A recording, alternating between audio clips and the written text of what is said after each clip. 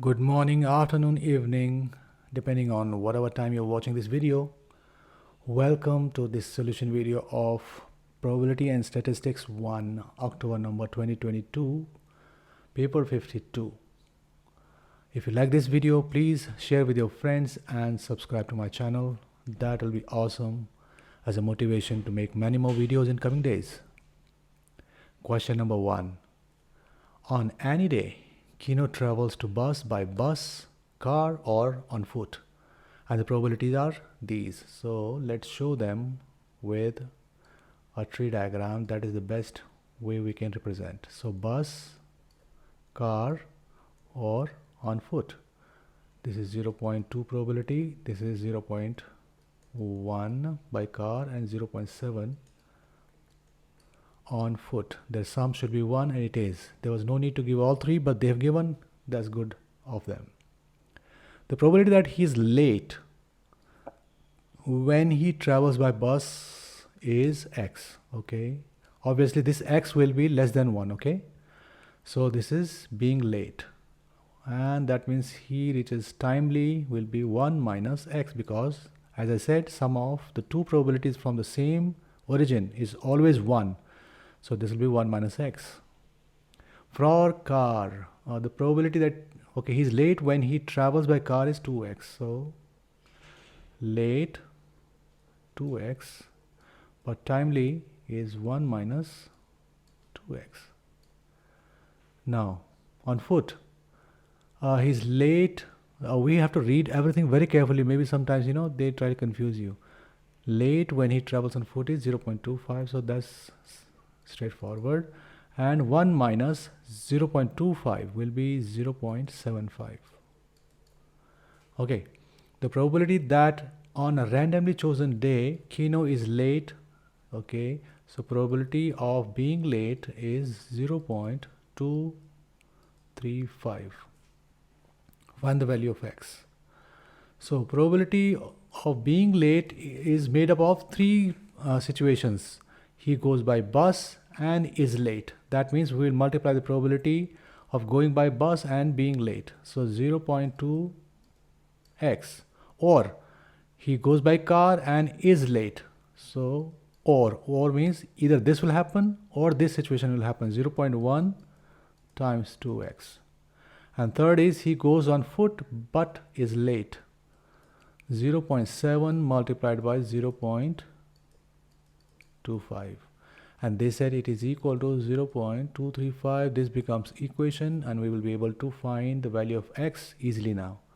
So 0.2x plus 0.2x plus 1.75, no, not 1.75, 0.175.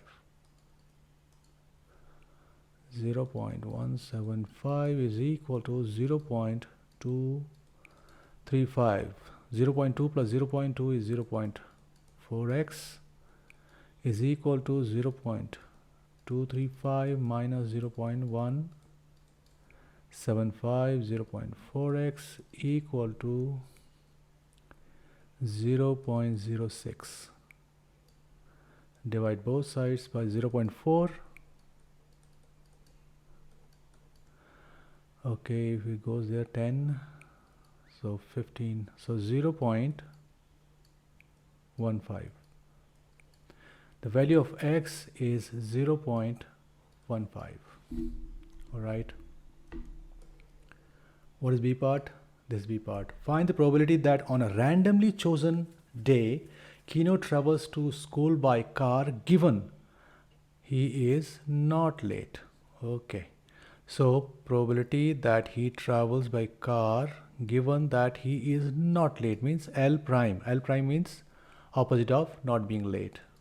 By conditional probability formula, it will be C intersection L prime over probability of L prime. Prime means it is the opposite of being late. So if we see our probability of being late was 0.235, probability of not being late will be 1 minus 0.235. Okay, and now we'll see the branch where he goes, he or she goes by car or not, and not late. And intersection means and. So goes by car is this and not late is this. So we will use this branch. Simply multiply the probability. 0.1 multiplied by 1 minus 2 times x was 0.15. Okay. So 0.1 times 1 minus 0.3, 0.7, and this will be 0.765. Okay, so it becomes 0.07 over 0.765, and if I use my calculator for this, I'll get the answer. By the time I do this, I would request you to kindly like this video by hitting that thumbs up icon, share this video with your friends, and subscribe to my channel. That will be very motivating for me to make many more videos in coming days. Thank you. What I'm getting here is 0.0915. Okay, they did not specify, so 3 significant figures. That's the answer. Well done. Let's go to question number 2. The length of the rods produced by a company are normally distributed with mean 55.6. So they are normally distributed. So let me draw a normal distribution graph, and the mean they're saying is 55.6, and standard deviation is 1.2. In a random sample of 400 of these rods, how many numbers we want would you expected value? So expected value is n times p, numbers total by the probability of the criteria they've given. What is the criteria? To have length less than 54.8. So 54.8, suppose it is here, 54.8. This is the probability which we will get, and then we multiply by the total numbers and we'll get how many are expected.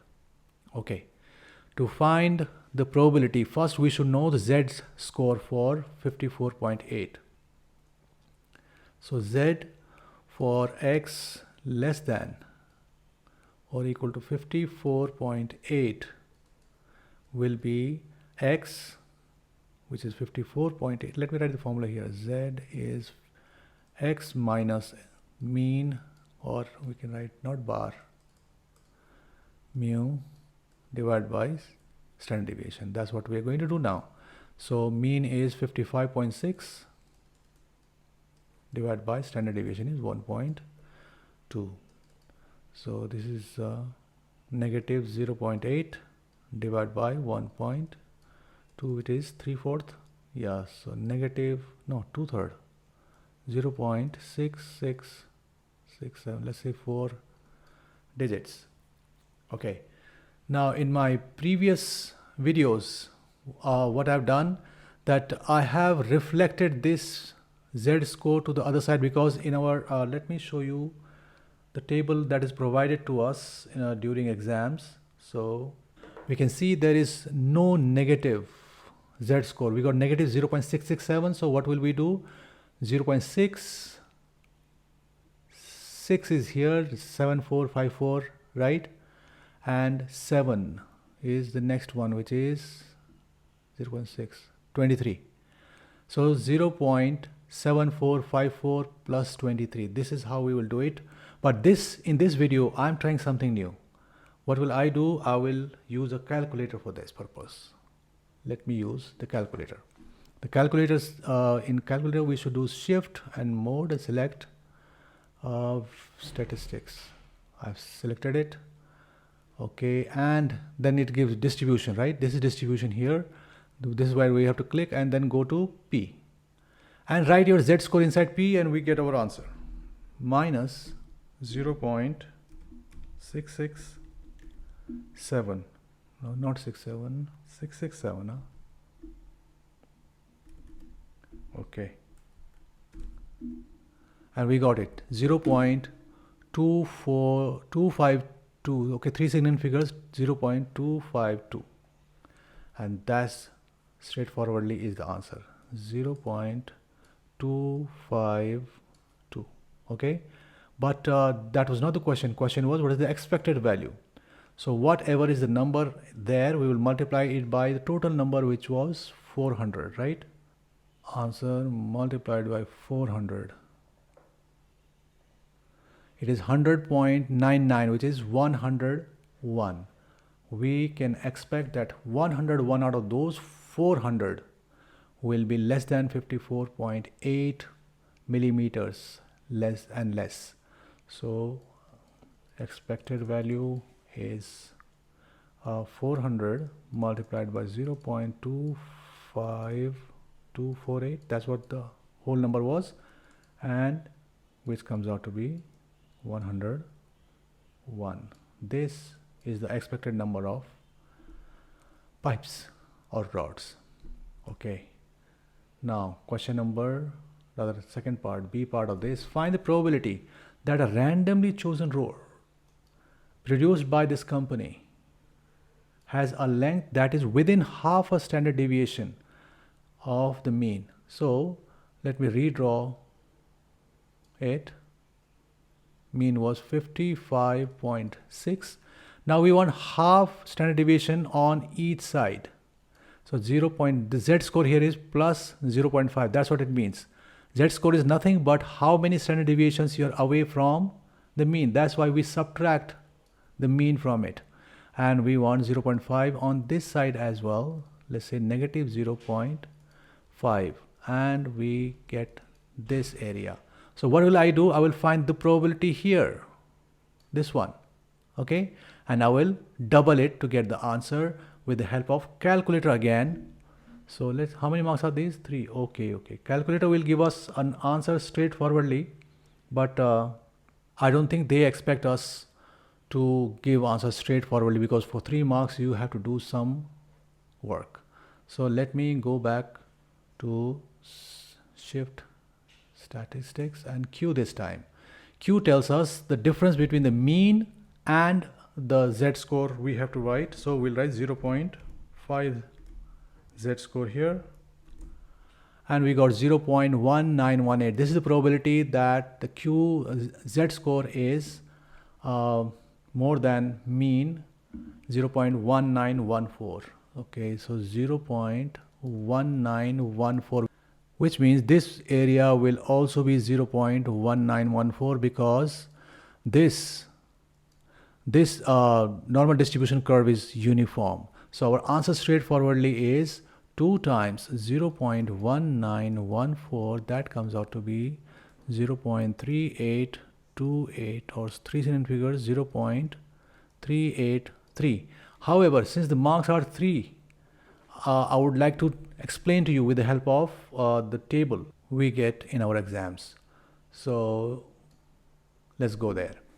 So 0.6915 is 0.5 Z score, right? What it means is that, let me change the color. This whole area is 0.6915.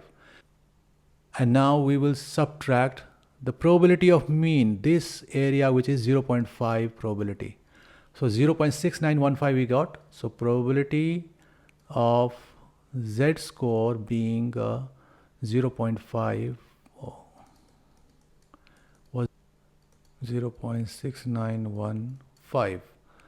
But we want the probability from mean till 0.5 Z score. So Z score for mean is 0. So we'll say between 0 and 0.5, it will be 0.6915 minus 0.5, which is the probability of mean and below, which comes out to be 0.1915, almost what we got with our calculator.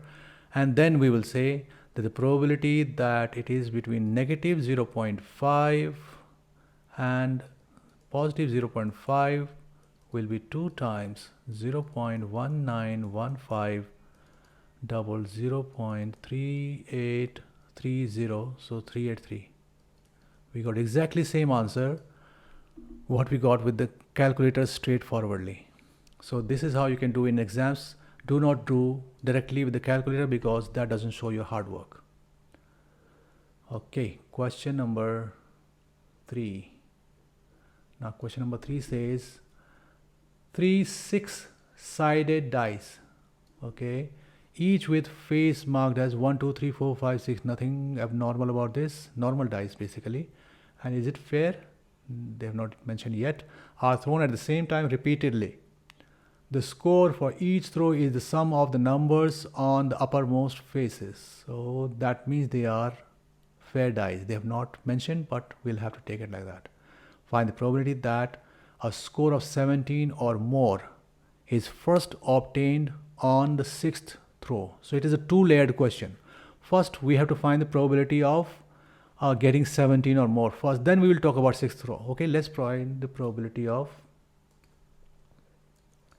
sum is greater than or equal to 17.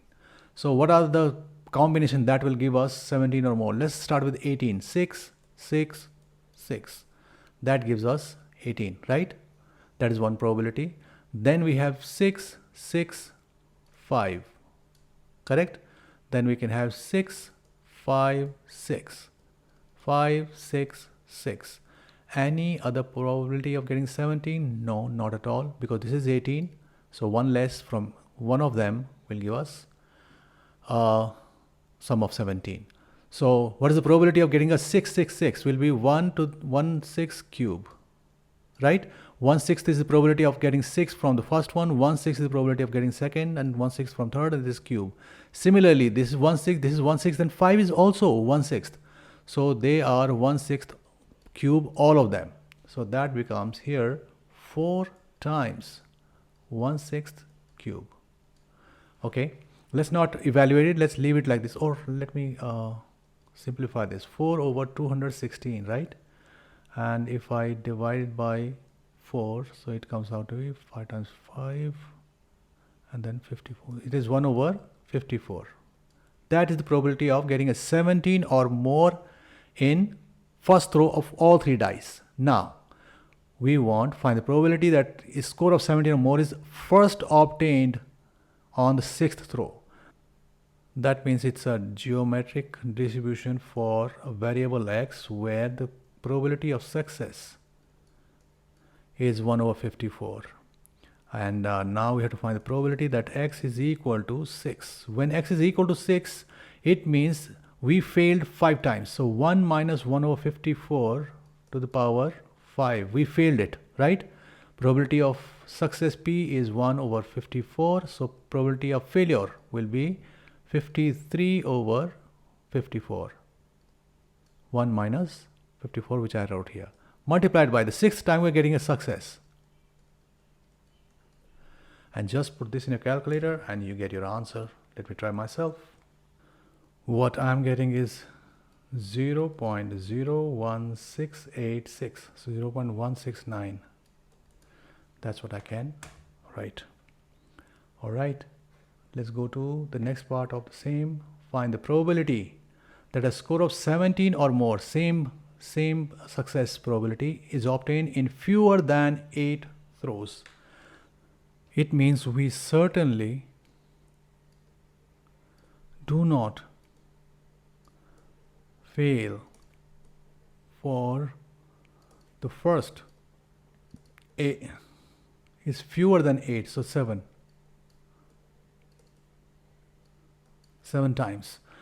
Q to the power 7 is failing 7 times for sure and getting success after that, right? But we are saying that we do not fail all 7 times, and that will be our answer in this case. 1 minus Q was 53 over 54 to the power 7, which I get as 1 minus 53 over 54 to the power 7. 0.1226, which is 0.123. Okay, what is next? Question number 4. The times taken in minutes to complete a word processing task by 250 employees at a particular company are summarized as this. So 32 employees finished that task within first 20 minutes. Okay, 46 took 20 to 40 minutes, and so on. 24 took 60 to 100 minutes to do that. Draw a histogram for this. Okay, for histogram we have our boundaries here: 0, 20, 20. So there is no gap between these. See, 20, 20, 40, 40. So we can straightforwardly make the groups like this. This is 20, this is 20, this is just 10. A difference of 10, and this is difference of 40. Okay, so there is no need to close the gap of these. Frequency, we don't, when the groups are of different sizes, we don't use the frequency, rather we use frequency density. Okay, so frequency density will be 32 in this case, divided by what is the width of that group. Width of this group is from 0 to 20 is 20. So it comes out to be 1.6. That is the frequency density. Here it will be 46 divided by 20 again, 2.3. 96 divided by 10, 9.6. Okay, 52 divided by 10 again, 5.2. And here it will be 24 divided by 40. Yeah, 40. 60 to 100 is 40. So it will be 0.6. Very low. Okay, so the highest one is 9.6 and the lowest is 0.6. So we need a graph where we can have a y-axis or a vertical axis at 10 and the horizontal up to 100. I will cut this video and straightforwardly go to the graph where it will be drawn, and I will explain what I did.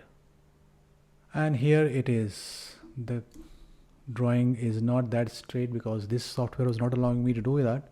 I have drawn it with hands, but you can see whatever was the frequency density, you can see here I took from 0 to 20 and give it a frequency density of 1.6. So 0 is here to 20 and the frequency density is 1.6. That's how we did here. From 20 to 40 it was 2.3. So 2.3, and that is the height of this particular bar, and that's how I completed the histogram with these groups and these frequency densities. Okay, what next? Calculate an estimate of for the standard deviation of the data. Okay, we will have to do something for standard deviation. Let me write here. The formula for standard deviation is square root. This is a tabled data with frequency, so it will be sigma x square f over sigma f divided by sigma x f, which is basically the mean. Sigma xf over sigma f is mean, subtracted mean square from this, and we get standard deviation, right? What is x? We have a big group here. That means this whole group has to be represented by one number, which will be x, and that will be the mid value of 0 and 20. What is the mid value of 0, 20? Just add the 2 and divide by 2. 0 plus 20 is 20, divided by 2 is 10. So this becomes x for each group.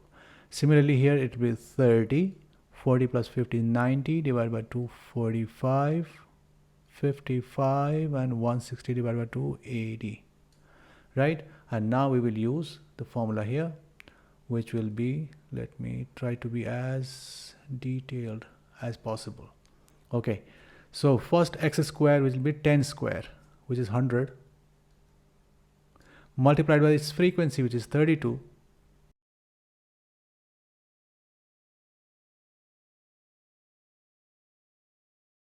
okay. So let me write the subtraction now. Minus sigma xf. X is 10 because the square was 100, so 10 times 32, 320. Let's write it this way.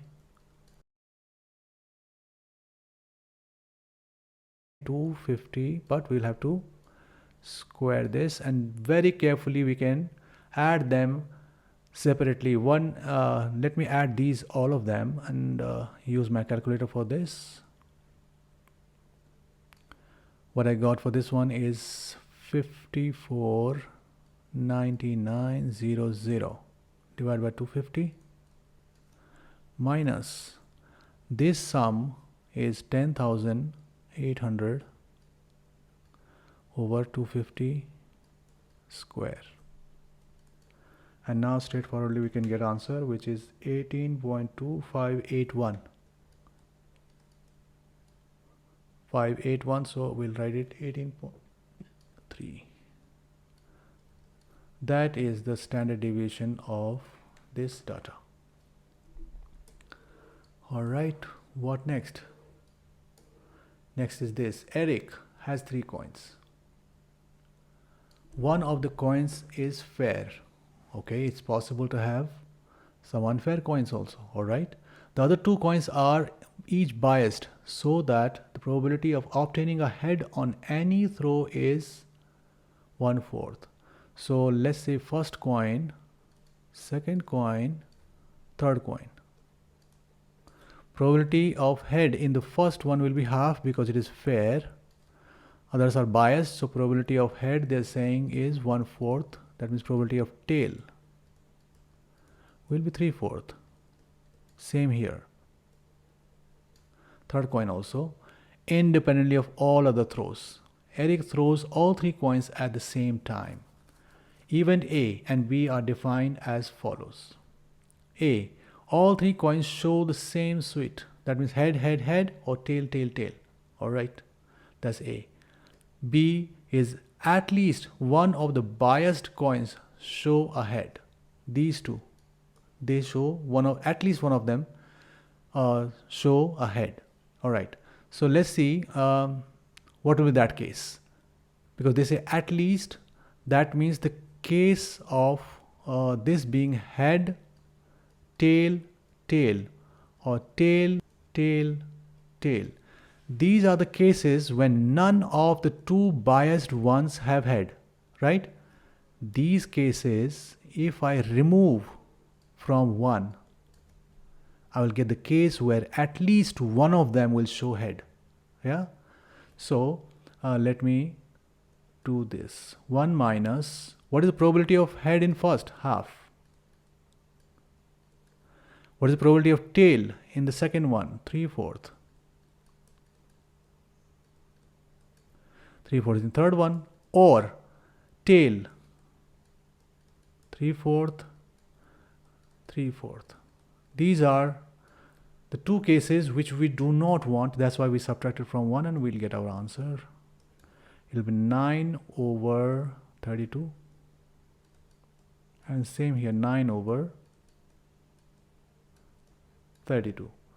So 1 minus 18 over 32, that becomes 14 over 32, or 7 over 16. And that's what they wanted, 7 out of 16. So keep in mind, whenever say at least 1, just take the cases where this 0 and subtract from 1, you'll get the answer. Okay, next one, find probability of A given B. So we should be aware of what is A and what is B. So let's say what is probability of A given B will be probability A intersection B over probability of B. Probability of B is known to us, 7 over 16, so do not worry about this. Let's think about this, that A happens. Let's say what are the cases where all 3 coins show same result. So it will be head, head, head, and tail, tail, tail. Out of these 2, which one has the B case? At least one of them, one of the biased coins show a head. This is the case where at least one of the biased have head. This does not. So this becomes head becomes probability of A intersection B.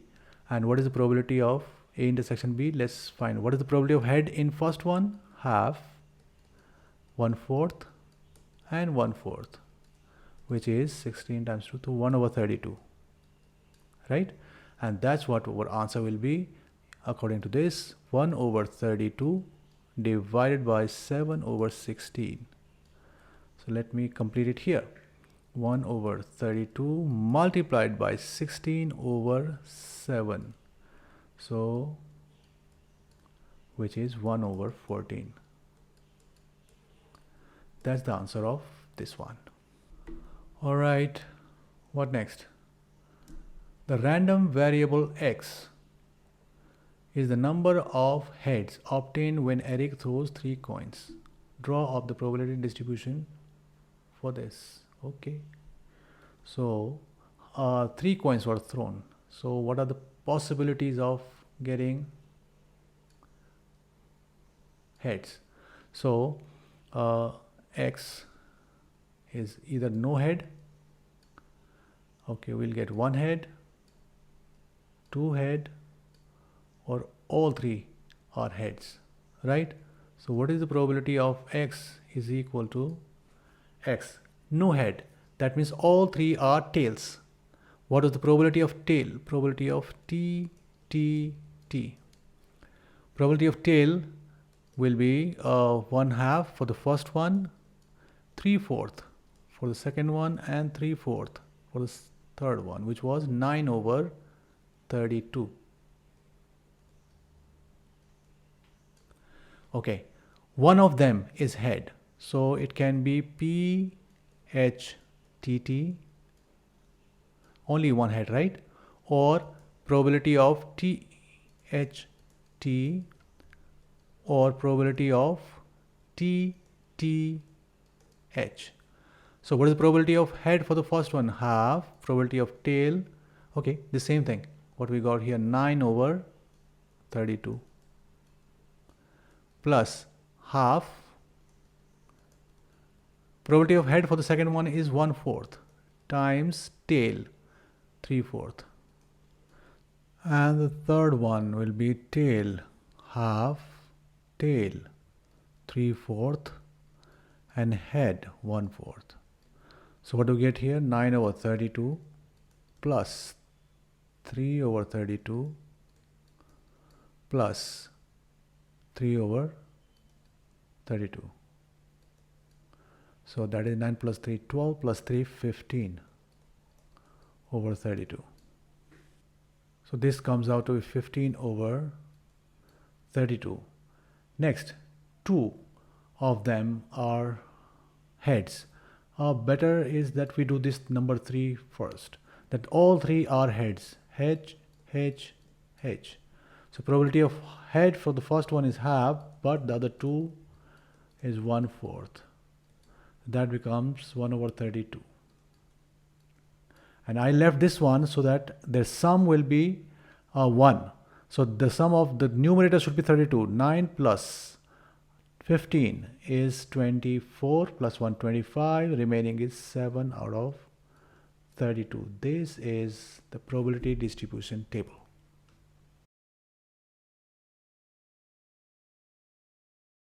In a company call center, 90% of the callers are connected immediately to the representative. 90%. That's very good. Okay. A random sample of 12 callers is chosen. Random. Okay. Find the probability that the fewer than 10 of these callers are connected immediately. Alright, so connecting immediately is our success. Probability of success is 0.9, probability of failure is 0.1. Our selections are fixed, 12.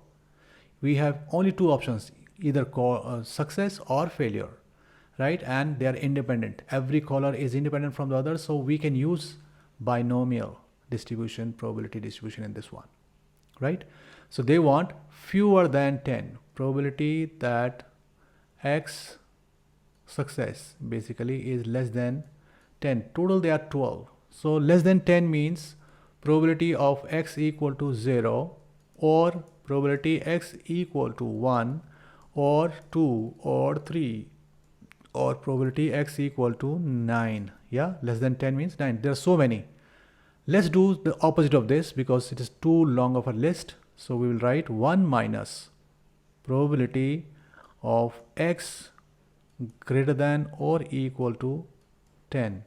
If we subtract this from 1, we'll get the probability. So which will be 1 minus probability of x equal to 10 or probability x equal to 11 or probability x equal to 12. All of them are connected immediately. We will remove these three cases.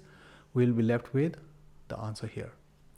So with binomial distribution, I will just interpret them now. So total 12, we want 10 successes. Probability of success is 0.9. Remaining 2 will be failures. So 0.1 square. 11 successes. So 12, C11, 0.9, 11, 0.1, 1. Plus 12, C12, 0.9, 12, 0.10. Just put this carefully in a calculator and you'll get the answer. Let me do them individually.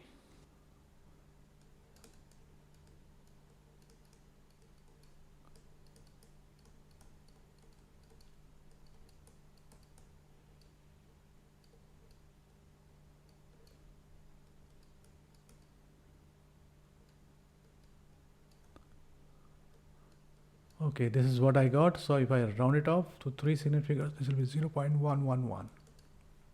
Let's move on to the next one, which is a random sample of 80 callers now. 80 is a big number, is chosen.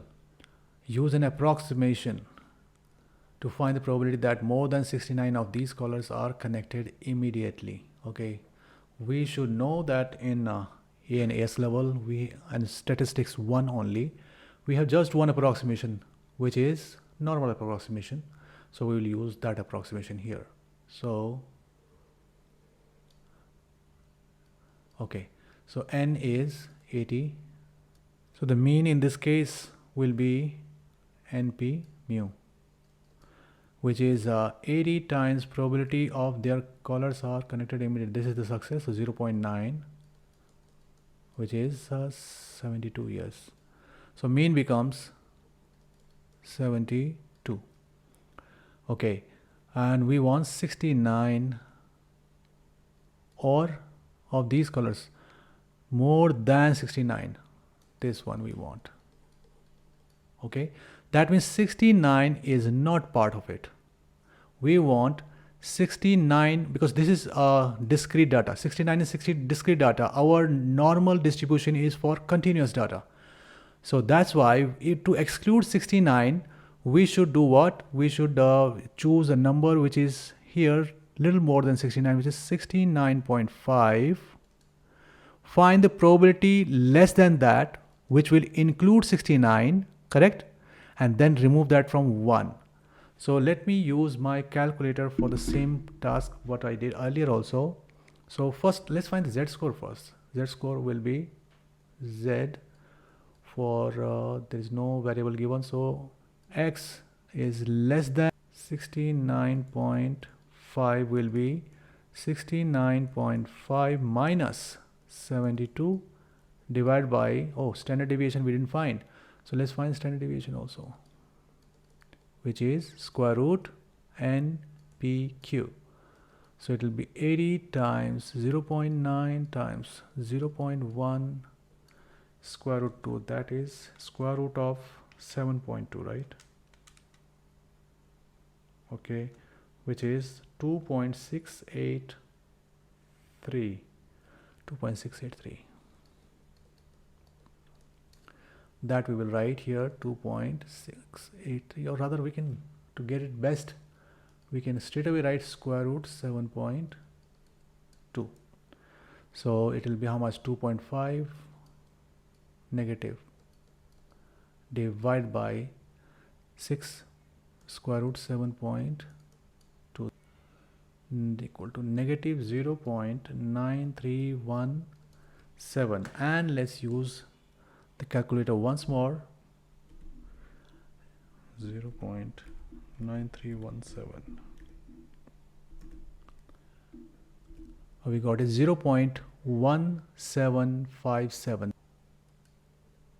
So probability that Z is less than negative 0.9317 was 0.1757. Okay, but we want more than.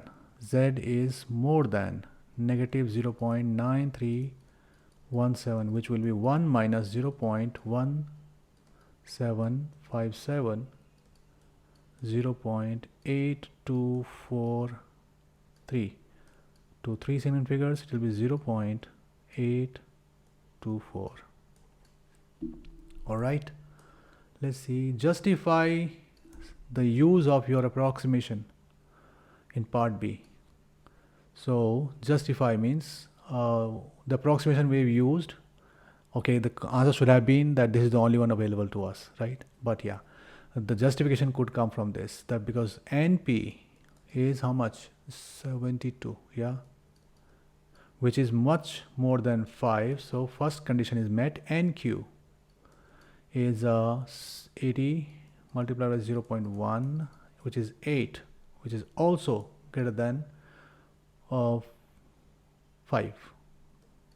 So we'll say since NP is greater than 5 and NQ is also greater than 5, this approximation is justified. What next? Next is question number 7. Find the number of different arrangements of 9 letters of word alligator. Are the 9? 1, 2, 3, 4, 5, 6, 7, 8, 9. In which the 2 A's are together and 2 L's are also together. So 1, 2, 3, 4, 5, 6, 7, 8, 9. Let's put 2 A's together and they have to be together. So whenever we have such a situation, just make a box around them. And 2 L's are also together, so make a box around them. So they will move like one body wherever they go.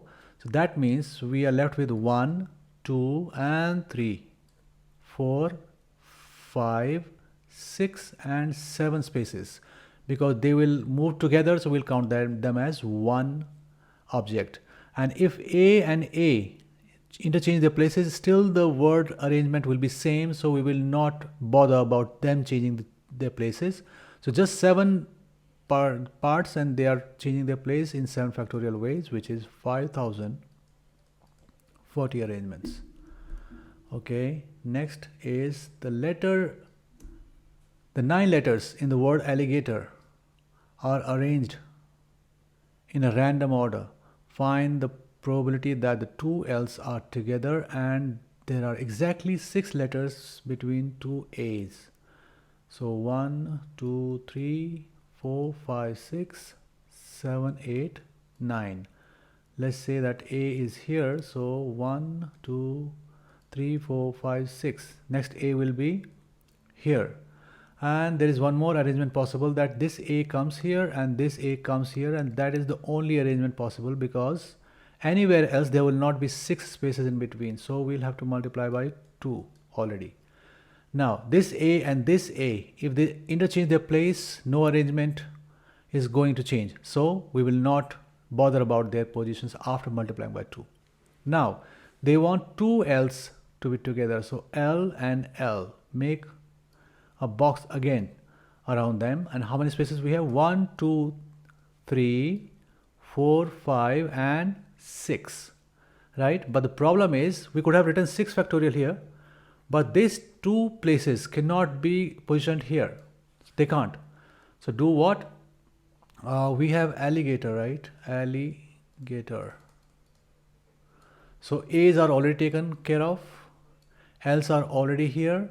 So remaining are 1, 2, 3, 4, 5. We will choose 5C1. Out of those 5, we'll choose one and we'll place it here, right? And now once that is gone there, we are left with only four, any four of them, and plus this one, L is one body. So those five, 1, 2, 3, 4, and fifth is this combination of L's. So they can change their place in 5 factorial ways. And what will that be? 2 times, it is 5, 10 times 5 factorial is 120. So 1200 ways. Now, question was find the probability that the tool, probability, right? So that means we have to find probability now. Probability will be 1200 divided by total number of arrangements possible. How many arrangements are possible with null letters? 9 factorial. But since A and L's are repeating, we have to take care that we don't count them twice. So we have to divide 9 factorial by 2 factorial times 2 factorial. And we'll just put this in our calculator and see what will we get. So 1200 multiplied by 2 factorial multiplied by 2 factorial, because denominators of these two are denominators, right? Denominators of denominator become numerators. So I'm multiplying with 1200 and then I'm dividing with 9 factorial. I get 0.01322. So 0.132. This is what I will write as an answer. Okay, part C. Find the number of different selections of 5 letters, selections this time, not arrangements, selections only, of 5 letters from 9 letters of alligator which contain at least one A and at most one L. At least one A and one. So let's say that there is one A and no L. One A and one L. Then we can say is at least they say, right? So both A's but no L. Both A's, one L. This is the one. And now out of alligator, one A is already there, this one, the other one is not needed, and these two L's, we don't need them as well. That means total how many? 5 letters are needed. So 1, 2, 3, 4, 5. One place has been taken by, not place actually, this selection. So one space in that selection has been taken care by A. So we need 4 more out of remaining how many? 1, 2, 3, 4, 5. 5 C4. We have to select 4 out of remaining 5, which is just 5. Now second case, 1A, same case, but 1L is also there. Suppose L is somewhere. Okay, this is not arrangement, this is just selection. So 1L is already there. So second A and second L is not needed. Again we need 5 C, and how many spaces are left? 1, 2, 3. And 5C3 is 10. Similarly here 2 A's. So 2 A's but no L. That means we need 3 spaces from remaining 5 again. 10. So 2A and 1L. So 3 spaces are taken. We need to have 2 spaces from the remaining 5. 5C2 is also 10. So 5 plus 30 is 35 arrangements. Are they saying probability? No. Which contains at least one A and at most one L. Okay, done. This concludes our solution video of paper 52 9709 A level probability and statistics 1 winter of 2022. I hope you liked it. If you did, please share this with your friend, hit that thumbs up icon and subscribe to my channel. I'll make many more videos in coming days for you. Thank you so much for your attention.